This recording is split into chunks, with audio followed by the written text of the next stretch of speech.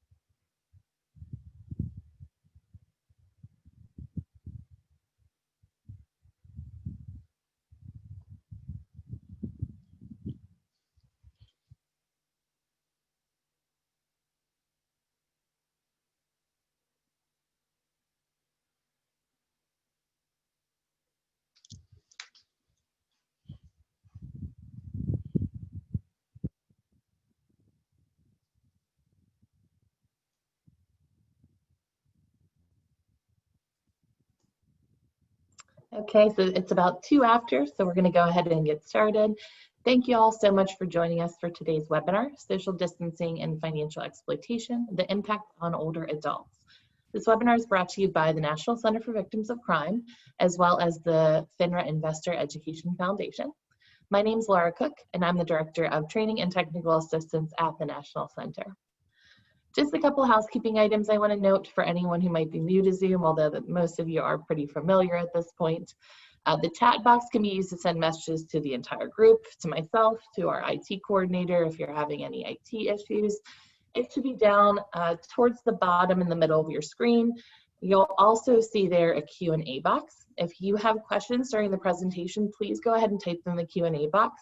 We'll try to monitor the chat as well for questions, but most of the questions I'll ask to the presenters at the end of the webinar from that Q&A box. We will be sending around an email after the webinar with a link to the recording and a short survey, and we welcome any feedback you might have. So before we get started, I'd like to briefly introduce our presenters. Our moderator today is Robert Maschio, Director of the Investor Education Outreach with the FINRA Investor Education Foundation. And our panelists are Patricia Boyle, Professor of the Division of Behavioral Services and Neuropsychologist, Rush University Medical Center and Rush Alzheimer's Disease Center. Also from the FINRA Investor Education Foundation, we have Gary Matola, the Director of Research. And in addition, we also have Christopher Stewart, who's the Assistant Professor of Clinical Neurology at the Indiana University School of Medicine. So thank you all so much for joining us today and putting this timely panel together. And with that, I'll turn it over to our presenters. Great, thanks, Laura. I'm excited to be here and excited to share with everybody some of the fantastic research that has been conducted by our fantastic panelists.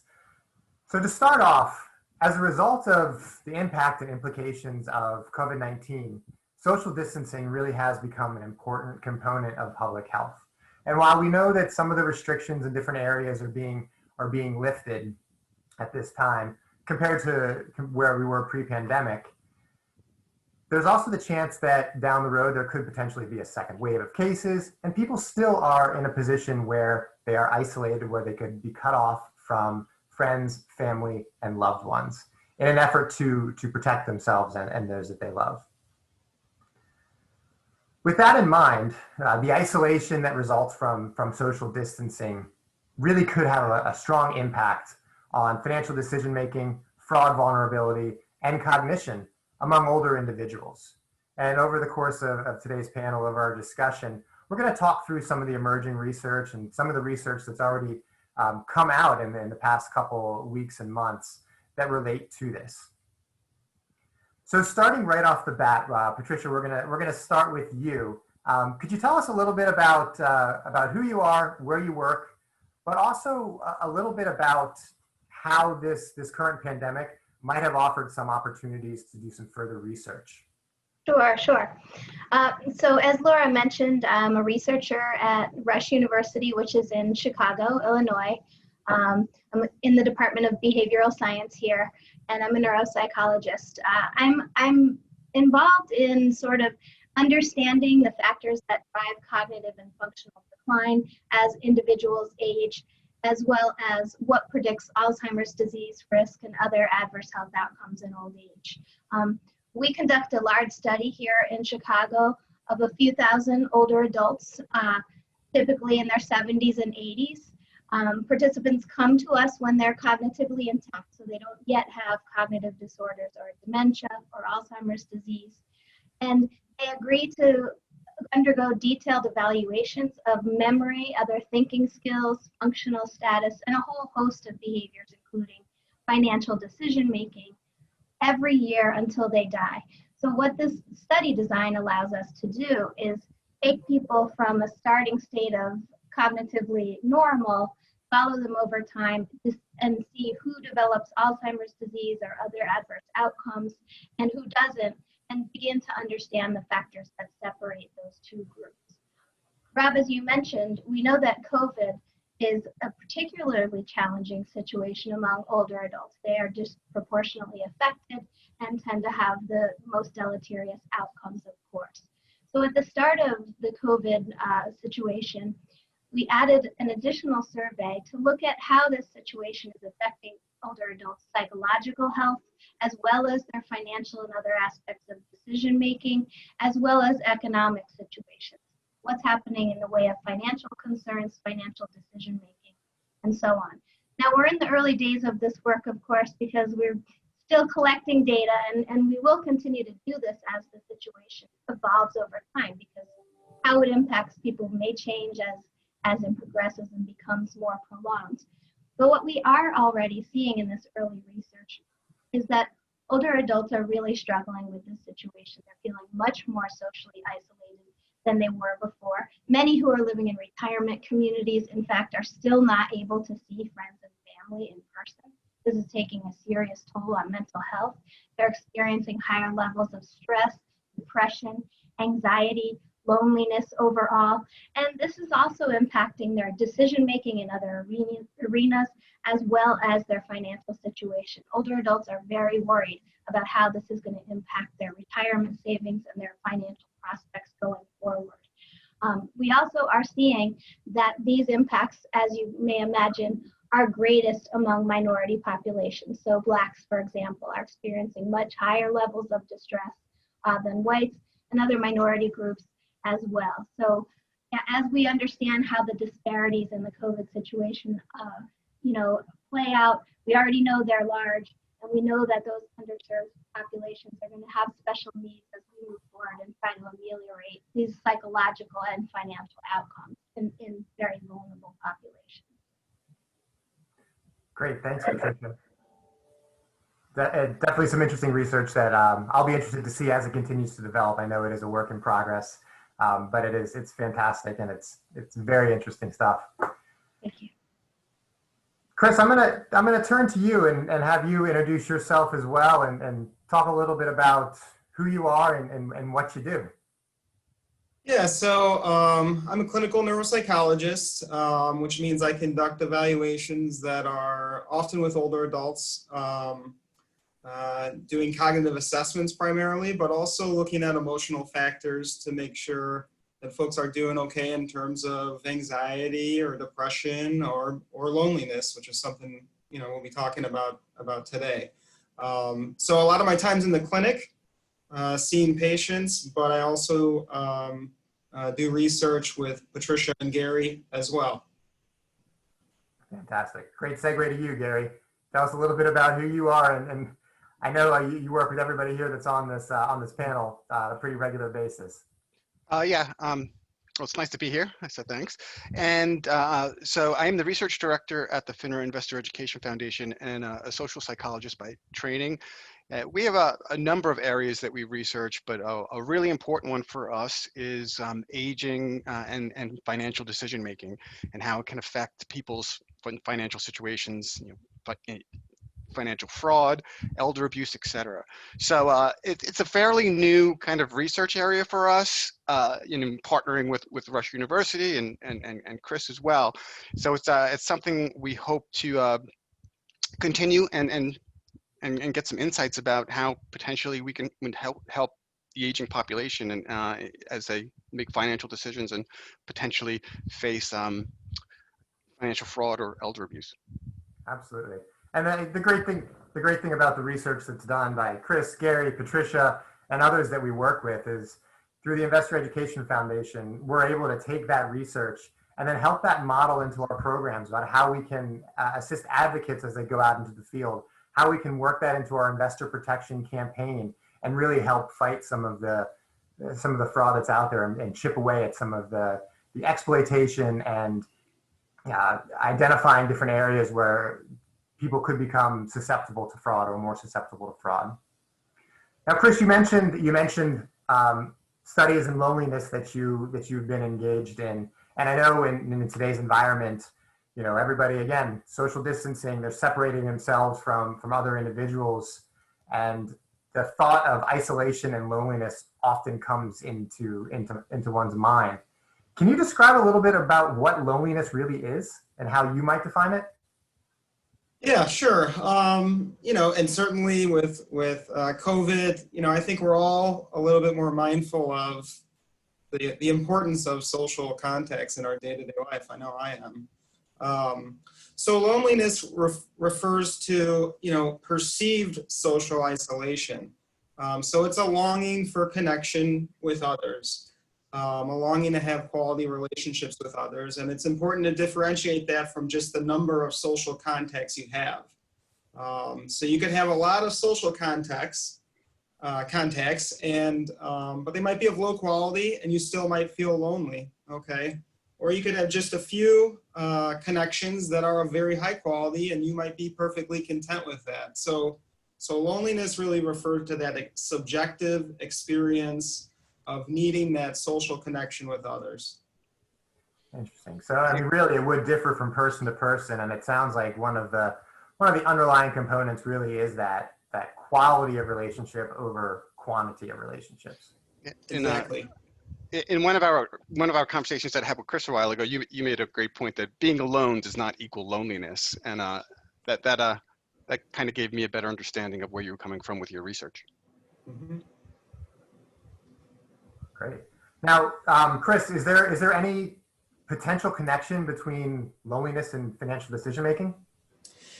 Yeah. I recently published a paper back in early summer with Patricia and Gary, and that was exactly what we were interested in, is what was the relationship between loneliness with financial decision making. So we leveraged data from the Rush Memory and Aging Project, which is the study that Patricia led off with in describing. And we looked at older adults' financial decision-making, but it's really important to stress that these were older adults that were free of dementia. So they didn't have significant cognitive impairment. They're doing pretty well cognitively. And we looked at a performance-based measure of financial decision-making where participants look at a table of mutual funds, and they have to pick the correct fund based on information that is kind of stipulated in the item.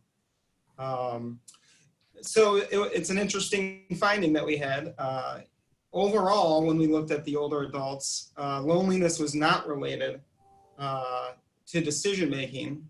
But then we took a closer look and we factored in how well they're doing in terms of their cognitive abilities.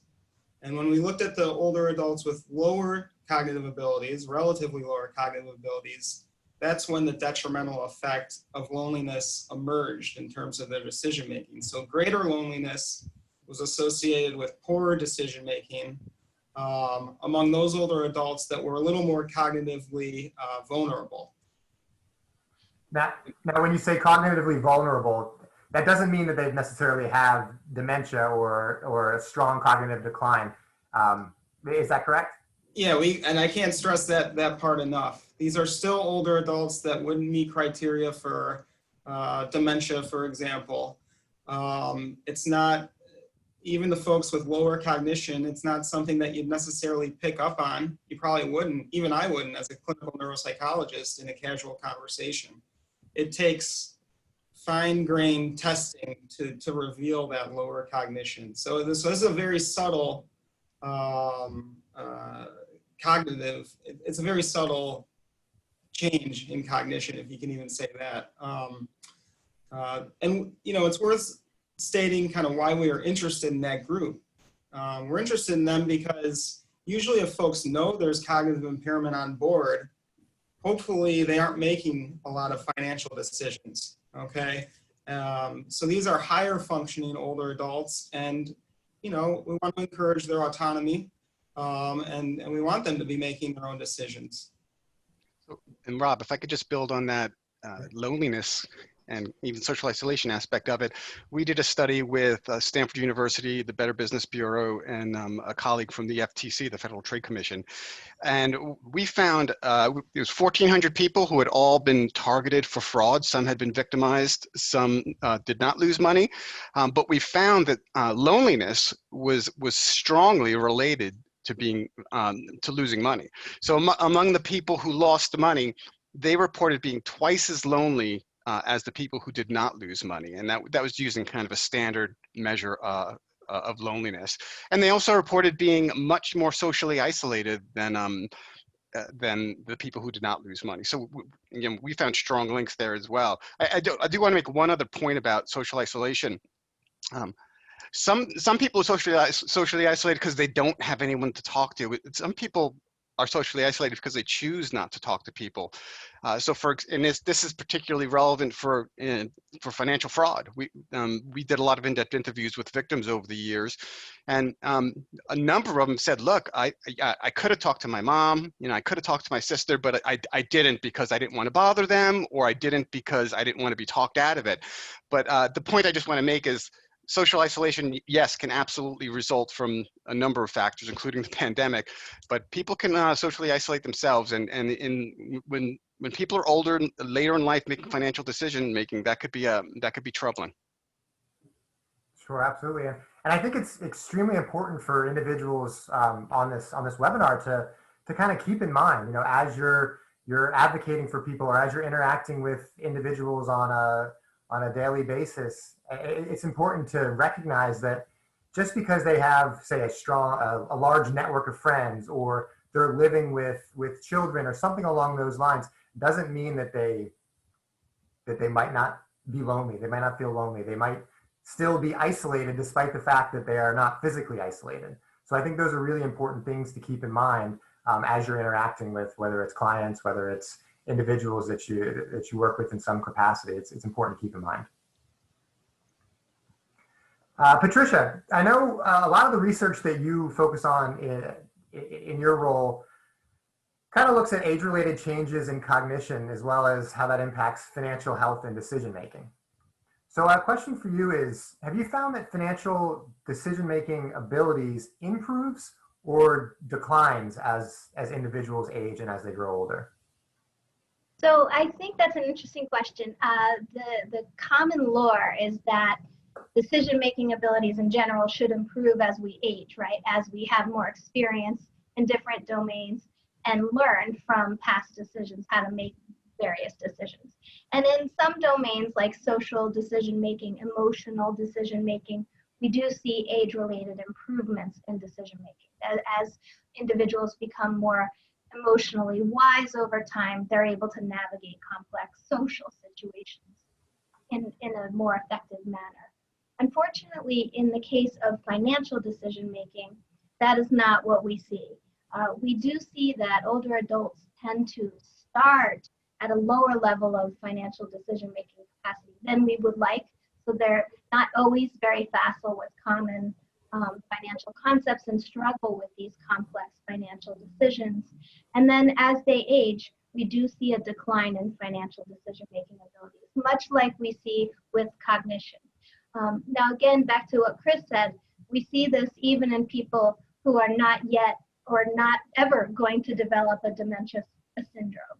So there is some loss of financial decision-making that happens as individuals age, and even outside of the presence of dementia, unfortunately.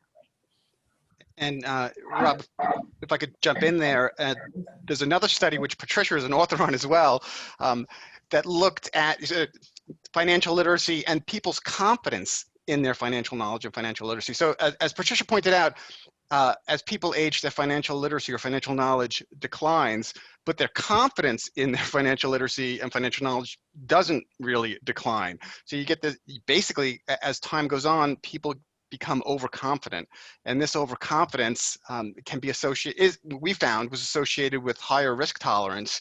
And again, among older adults, taking excessive risk is problematic because you just don't have time to make up any losses resulting from excessive risk. So just an important point about not only financial literacy, but people's belief in their financial knowledge, or confidence in their financial knowledge as well, can play an important role.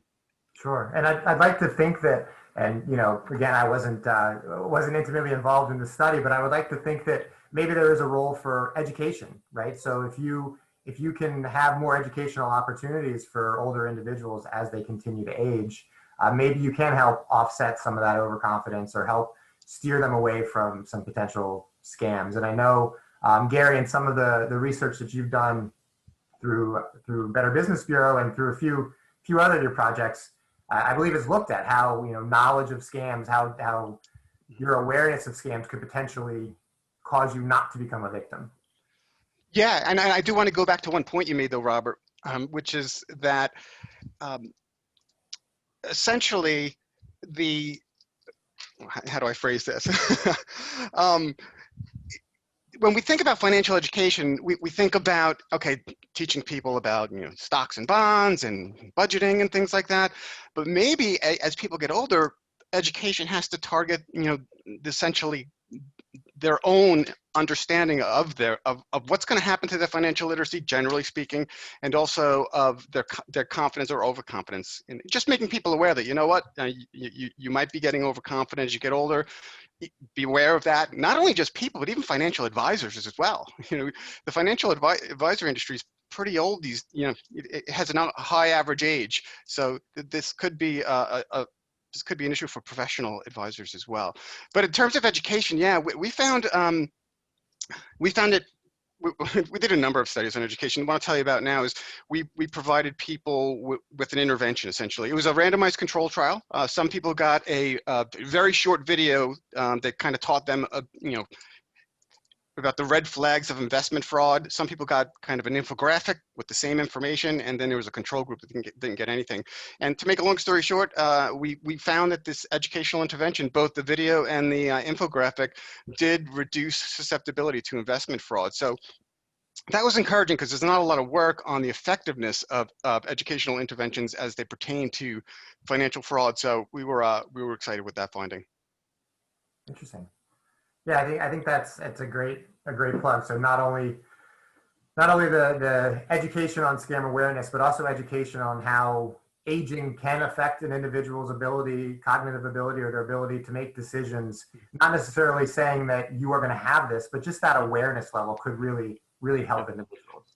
And also, Rob, real quickly, the other one was in another study we did, we found that just being generally aware of financial fraud, in other words, knowing the tactics that fraudsters use, was really helpful in preventing fraud victimization. And even more helpful was knowing a little bit about the specific scam. So if you knew a little bit about the grandparent scam or the IRS scam, you were much, much less likely to either engage with a potential fraudulent attempt or lose money if you did engage. So there was a certain protective factor that education provided when it came to financial fraud. Sure. And I think that's a good point to kind of plug some of the resources that are available to individuals out there. So whether it's from the National Center of Victims of Crime or from the FINRA Foundation, FINRA.org.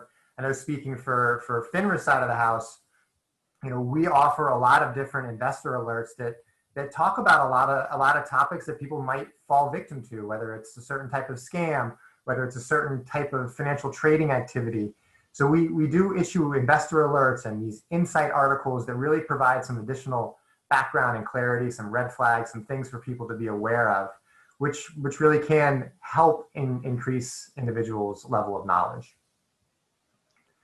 That being said, Chris, I want to kind of come back to you, and I know one of the questions in dealing with individuals as they age, people often wonder, what are some potential red flags of declining cognitive ability? And I know, we can't make any kind of clinical determinations. We're not equipped to do that. But somebody such as yourself, could you provide some potential red flags or indicators that one could pay attention to? Yeah, sure. And like you said, these are more rules of thumb than anything. Some things to look for in terms of cognitive decline is whether or not somebody isn't remembering recent information. And that can manifest in different ways. One of the most troubling signs is kind of asking questions repetitively as if that person hadn't asked the question already. They're not laying down new memories. That can be a red flag.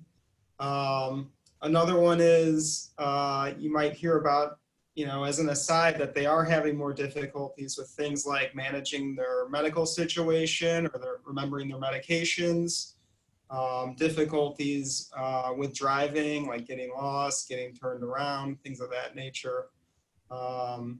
And something that might be more related to finances in particular is just having difficulty grasping more complex concepts that they previously would have probably understood. And that concerns, things like financial literacy, but also in more the scam realm, that might manifest in terms of, understanding social relationships or when something might be a little bit off or something's not quite right. Are they picking up on that kind of vulnerability? Those would be a couple things to look for. Sure. And Patricia, from the kind of an angle of poor financial decision making, are there any additional red flags or things that individuals could kind of look out for? Sure.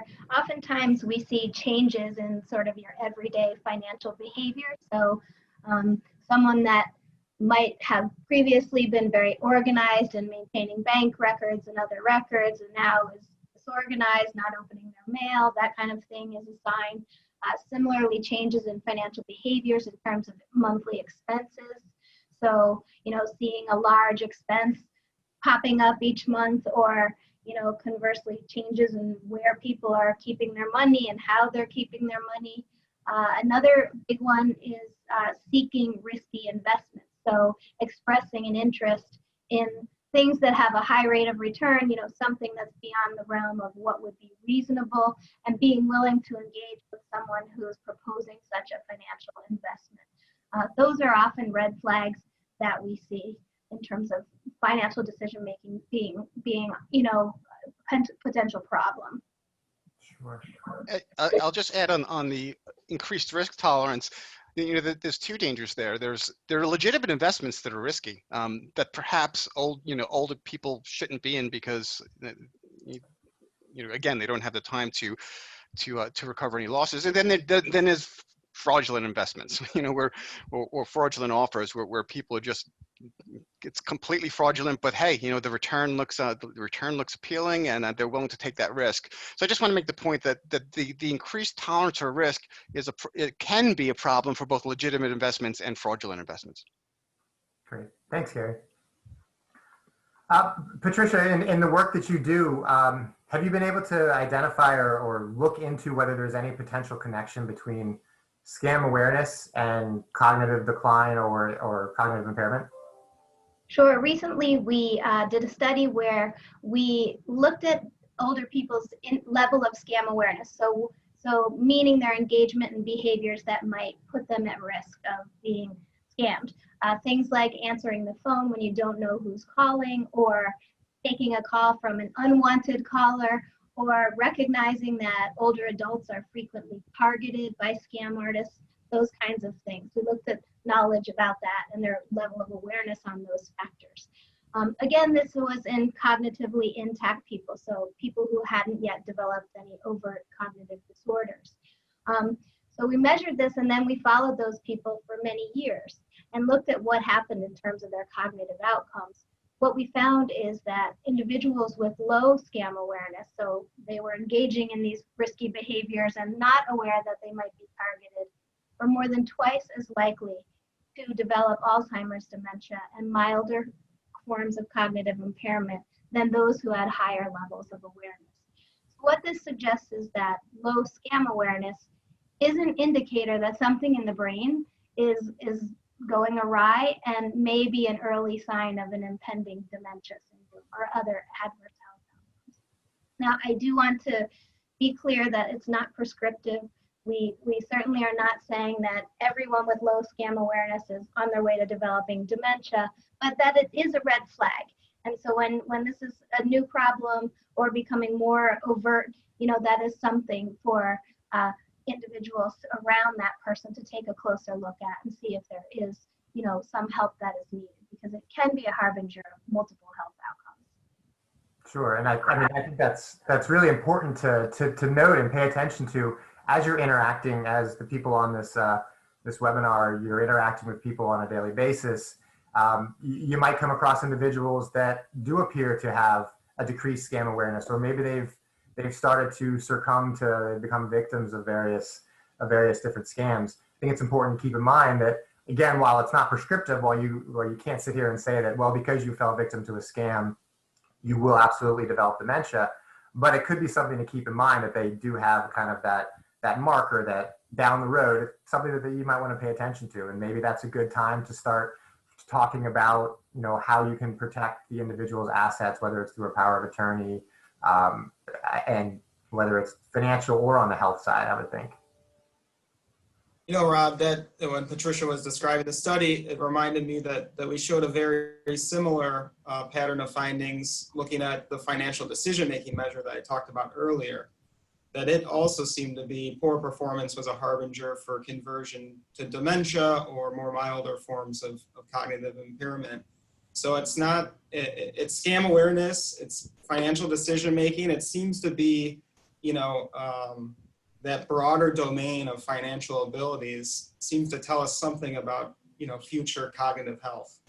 Yeah, just to elaborate on that, Chris, that's also true for financial literacy. That is correct. We're seeing that, age-related changes in all facets of financial decision-making do seem to be early indicators for some people that cognitive decline and impairment are impending. So these are early red flags that we should be paying more attention to. Interesting. Gary, I know you've mentioned the Better Business Bureau, the Exposed to Scam study that was done just in high level. Would you take some time and really kind of talk about what that study was and what it really focused on, and maybe what some of the top scams that were reported were? Sure. So it was a really valuable data source because it's a database where people reported that they've been targeted for fraud, and again, some lost money and others didn't. So what we had kind of a level playing field. Everybody had been approached with a fraudulent offer, and we could see, okay, what separated the people who lost money from the people who didn't lose money. Some of the top fraud, I'll just say one of the top frauds was tech scams, which is a little problematic now because people are spending more time on computers. Older people may not be as tech savvy as younger people, so it's a good opportunity right now for fraudsters to target people with the tech scam. But one of the things that really kind of emerged from that research, a number of things emerged from that research, but one was the relationship between financial fragility and fraud victimization. Basically, we measured this concept of financial fragility by saying, hey, can you come up with $30 in 2 days to deal with the financial emergency? And basically they could say, yes or no. And so about, in America, about 30% of the population can't come up with $2,000 in 30 days to cover a financial emergency.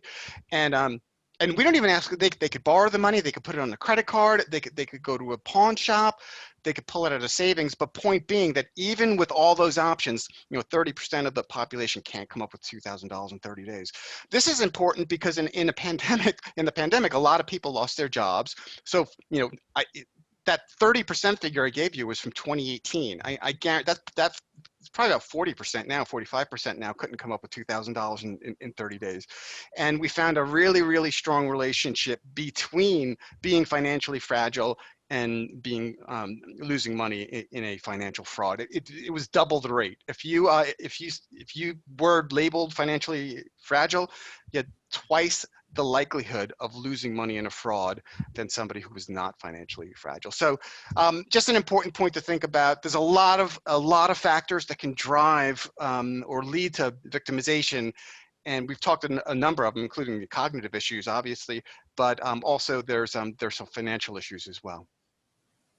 Great, thanks. I know you mentioned before the loneliness aspect was also, or the isolation came about, as well as scam awareness, right? Those that were aware of the different scams out there were more likely to not fall victim to various scams and exploitation. So I want to flip a little bit to, and just kind of throw this generally out to the group. So we know that victims of fraud and scams, for poor financial decision making, there's obviously a large financial impact that people can experience. And I think a lot of times people focus on that financial impact. But I want to talk a little bit about whether there are other impacts outside of the financial realm, whether it's emotional or whatnot, that could impact these individuals that find themselves either a victim or making poor financial decisions. Sure, I'll jump in.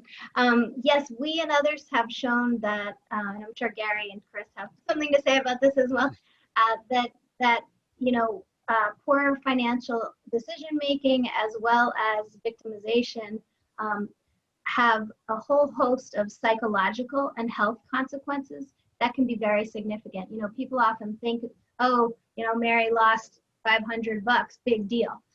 Victims of fraud and individuals who are not able to manage their finances anymore often feel ashamed.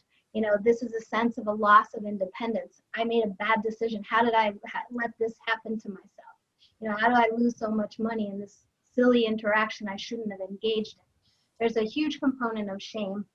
And alongside that comes anxiety, depression, stress.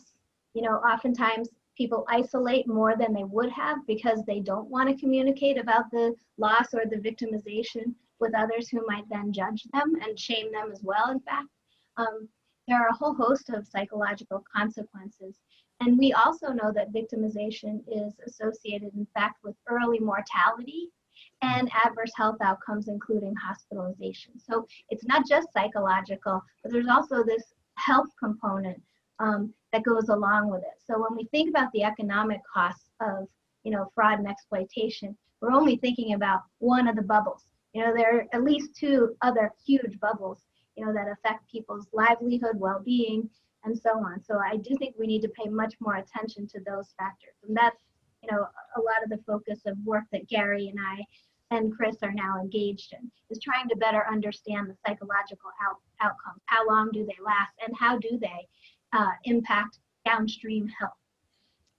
Yeah, and go ahead, Chris. I was just going to quickly, build on that.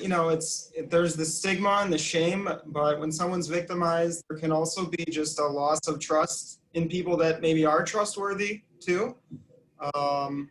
And when you hear, the psychological and physical health stressors that Patricia just described as a consequence of victimization, those are going to just increase, theoretically at least, your vulnerability to additional victimization in the future. So it has the potential to cycle in a pretty detrimental fashion. Yeah, and what I'll add to that is that, when people are embarrassed, when they're anxious, when they lose trust, they're less likely to report the crime, and also to seek out, particularly relevant for this audience, to seek out help. So we know that there's a lot of great support for victims of financial fraud out there, but these people may not be getting them because of what we call these non-financial or non-traditional costs of fraud. And we did a study similar to what Patricia did, and same thing: depression, difficulty sleeping, lack of respect from others. These are all things that the victims said that, yeah, the money was one thing, but the psychological and emotional impact was quite another. Yeah, I think you also have the kind of that whole victim shaming type of mentality. I mean, anybody who's spent any time on a message board or anything like that online where people are saying that they've fallen victim to some sort of a scam, and you just look at some of the comments and they're horrible. I mean, people put a lot of blame on individuals for falling victim, when in actuality it's not the victim's fault, right? It's the scammer's fault. It's the fraudster's fault. And that often can get lost. And I think that can compound the feeling of anxiety or depression that individuals might face. And it's even a little sadder than that. That the study that I mentioned earlier, where we had victims and non-victims, we asked both the victims and non-victims about their perceptions about victims. So, and we said, who's to blame for falling victim to fraud? And victims and non-victims, both at a very high rate, said, the victim is to blame. So it was, I wasn't necessarily, I should say, the researchers were not necessarily surprised to hear non-victims blame the victim, but it was really discouraging to hear victims blame themselves. And that as both Chris and Patricia alluded to, that can have significant psychological and emotional consequences. And here we are in COVID, knowing that there's a big increase in COVID-related scams, especially targeting the elderly who are concerned about their health, of course, and what the outcomes might be if they get COVID. So, this problem in the face of COVID and the already existing increase in loneliness and depression and psychological strain, this has potential to really blow up. This is a big issue, and this situation is not going away anytime soon. So this is something we're going to be continuing to confront. And I think that's a prime additional reason. I mean, I think a lot of the stuff that you all have talked about today kind of supports this, but why it's so important to reach out to, whether it's family, whether it's people that you work with, people that you advocate on behalf of, and have those conversations. Try and decrease their feeling of loneliness, whether it's through video conferencing or picking up the phone, whatever it may be, just to kind of diminish some of that feeling. And again, coming back to what Patricia just mentioned about the frauds and the scams popping up as a result of COVID-19, by making those efforts, by talking to individuals, you could possibly drive them away from falling victim to those scams. If not, also providing an outlet for them to talk about, I just got a call about this from this person who said they're setting up a testing site and they can get me rapid response testing immediately. I was going to go over there today to give them my Medicare information.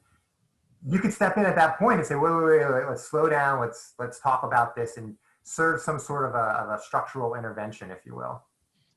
Yeah, and I'll build on that structural intervention because that's really important. Again, coming back to that study I talked about, we found that 20% of the victims said someone tried to intervene to stop the fraud from taking place. I should say someone or some entity tried to intervene. So you could think of it as the bank teller who says, do you really want to transfer that money to Nigeria? Or the CVS employee who says, do you really want to put $600 on that iTunes card? And so that was really encouraging. Like, wow, that's great. We call this a structural intervention, as Rob noted. Of the people who reported that somebody tried to intervene, half lost money and half didn't. So again, this is kind of a glass half full, half empty thing. It's great that 50% of the people did not lose money because of the intervention, but it's also a little troubling that 50% did lose money.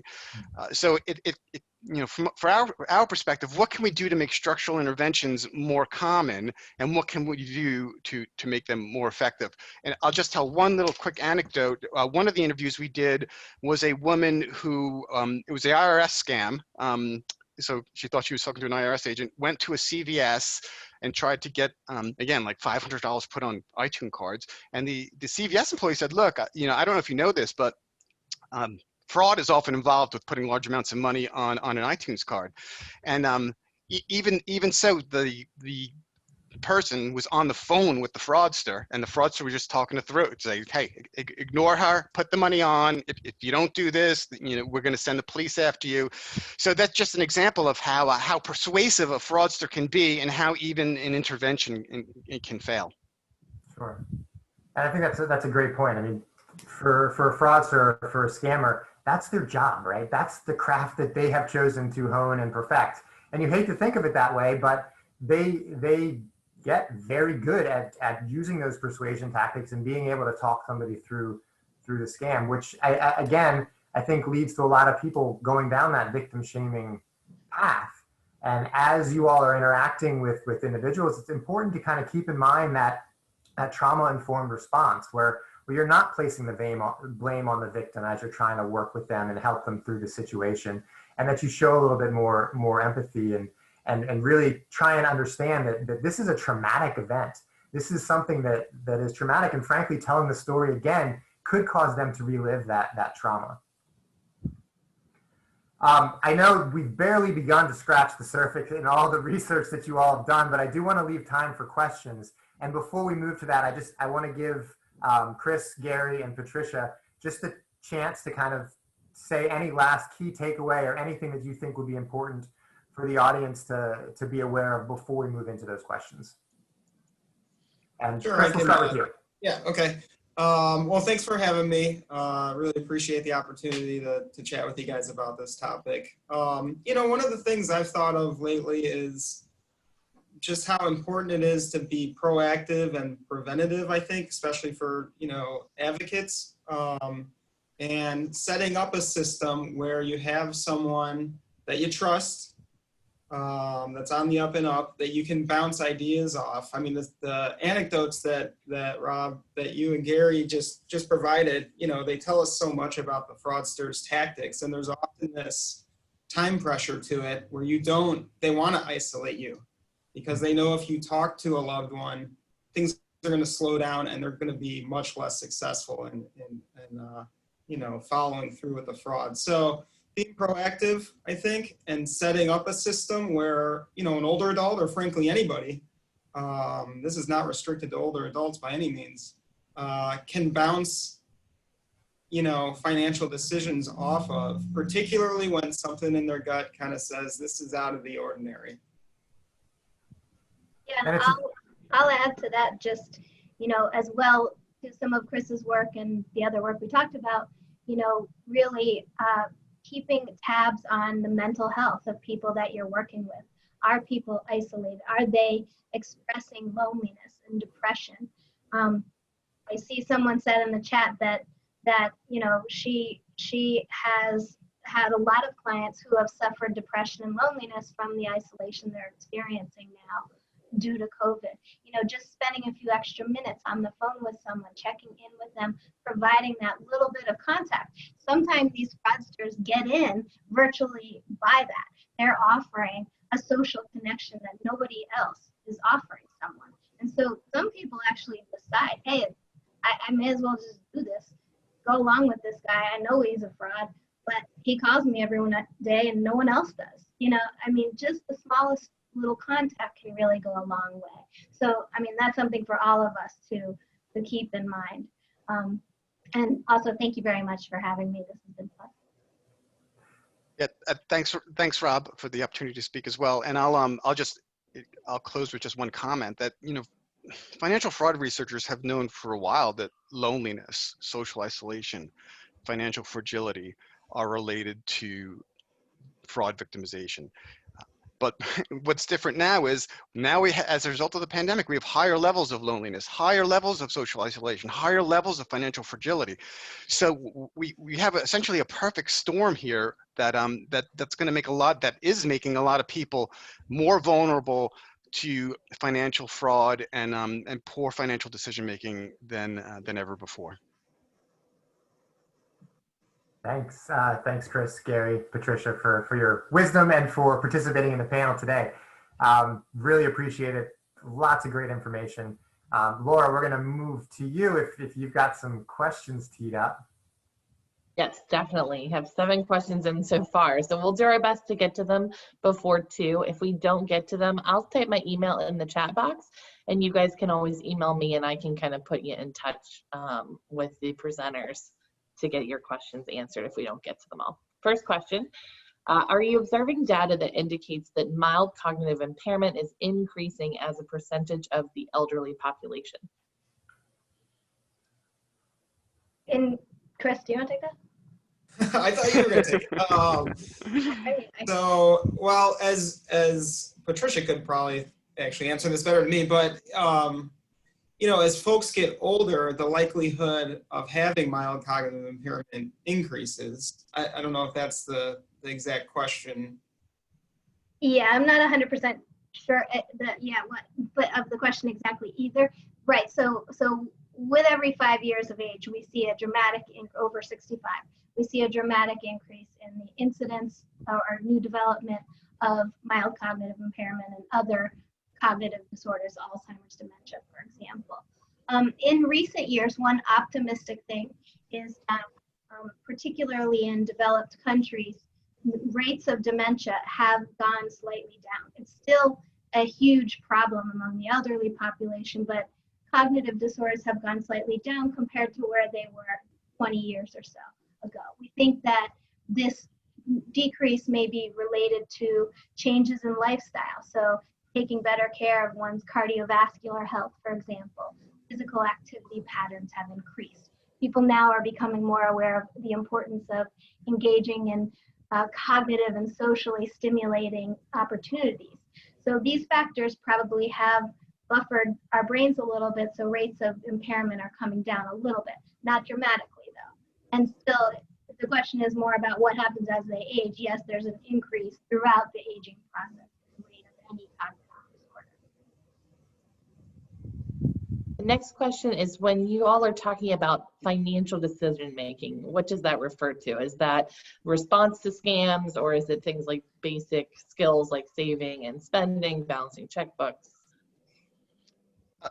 I'll take a crack at that one. You guys can jump in, but it's really, it's broad. So it is a financial decision. It could be about investments. It could be about, credit card management and mortgages and budgets. It's very, very broad.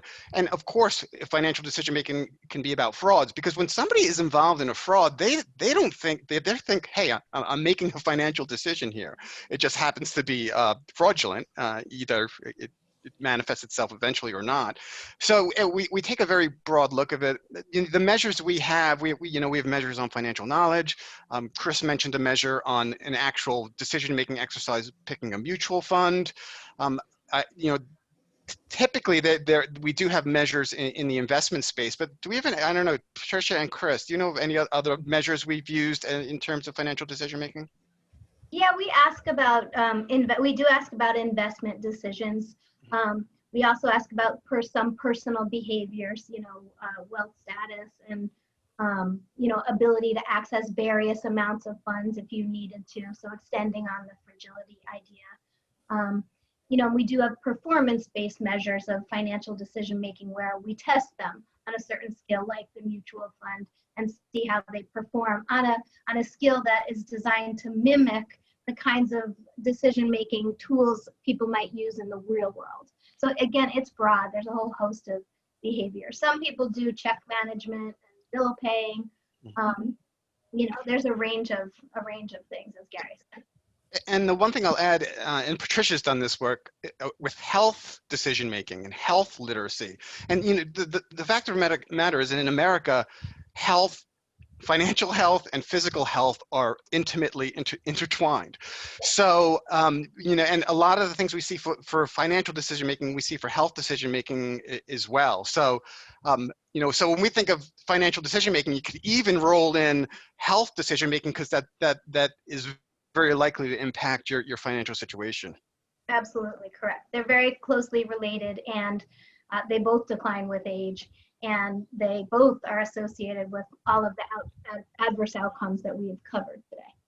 Yeah, and I was just going to pick up on what you just said there, Patricia, which is, these are hard things to measure. So what we kind of do as a broad approach is measure it in a bunch of different ways and see if we get different methods converging on the same story. And I think we've done that. We've illustrated that pretty compellingly. Next question is advice for dealing with older adults when you know they're a victim of a scam and can show them red flags and empirical evidence and they just can't believe that it is a scam. In a specific case, the person who asked the question said that they had a trusted family member involved, adult protective services involved, and the victim's bank, and still the victim would not believe it was a scam. Rob, you might want to take that one. So, I mean, at the end of the day, it can be really difficult to try and navigate that with some people that are so adamant that this is the love of their life, or that they really did win that lottery in whatever foreign country they didn't actually, get a lottery ticket for. But it's really hard to be able to convince some people. And some of the techniques that you can do, I mean, I think you mentioned a lot of good points in the question. Bringing in the family member, notifying the financial institution, I think is important as well. So they could potentially step in from the financial side to see where there's any restrictions that could be placed on the account. I know FINRA does have a rule that allows firms to place a temporary hold on disbursement of funds or securities if they believe that there is exploitation going on. A lot of the different resources that the FINRA Foundation and the FINRA Investor Education Group puts out could also be leveraged by putting one of our investor alerts on whatever the topic is in front of the individual. It might buy them enough time just to kind of step back from the situation and to review the alert and say, okay, you know what? Other people have had this type of a situation and those were scams. And they can digest that kind of on their own time and maybe come to the realization that okay, this really is a scam. But sometimes at the end of the day, it's the client's money and they want to do what they want to do with it, and it's hard to stop that. All we can really do is put as many stopgaps in place as we can. And just real quickly, we interview a lot of victims and families of victims as well. And in one instance, they tried everything, and what finally worked was a priest from the woman's parish came and talked to her, and that was the thing that finally swayed her that this was fraud. So yeah, this is a tough one. This is just a tough one. Yeah, I would just add to that quickly, and every case is different, so this is certainly a generality, but, at some point it might be important to have a trusted family member, for example, go to a doctor's visit, go to the primary care doc with the patient's permission, obviously, and have a frank conversation about what's going on. Oftentimes, the primary care doc will refer them to somebody like me, a clinical neuropsychologist. Well, we'll dig really deep into their cognitive abilities and learn about the situation and how are they doing in terms of their mental health to try to, push things in the right direction. Great. Thanks, everyone. Tough question, and those are all good ideas. Next question was, any advice for working around the barrier of shame so that we can help older adults and so that they're maybe more likely to reach out to us for help? It's something we wrestle with quite a bit, and I think language can be important. I try to be careful with my language. I say that this person lost money or didn't lose money, as opposed to they fell prey to fraud. So I think one thing is start with the language. Start with the way we talk about people who lose money in financial fraud, in such a way that it doesn't necessarily or even kind of implicitly put the blame on them. Other than that, I know that my colleagues, Rob and some other colleagues at the FINRA Foundation and AARP and other agencies we work with are out there trying to get this message out. Particularly AARP, they're big in this space, saying, we got to change the discourse around victimization, financial fraud victimization in America. Yeah. There's a big stigma around victims. So, and because of that, people are more apprehensive to talk to somebody. Mm-hmm. And, if you're in a situation where they finally are coming to approach you to talk about the situation, make sure that you're coming to the table with your soft eyes, right? Where you're willing to listen, you're willing to understand that they're fragile right now. They're in a moment in time where their world has been turned upside down, and you need to be sympathetic to that and make sure that you're not as well, whether purposely or unconsciously, placing blame on the person for potentially falling victim. So things like, well, you should have known. I mean, that's not going to help anybody out. You should have known that it was a scam, or the red flags were there. How did you miss it? That kind of approach is not going to be a successful approach.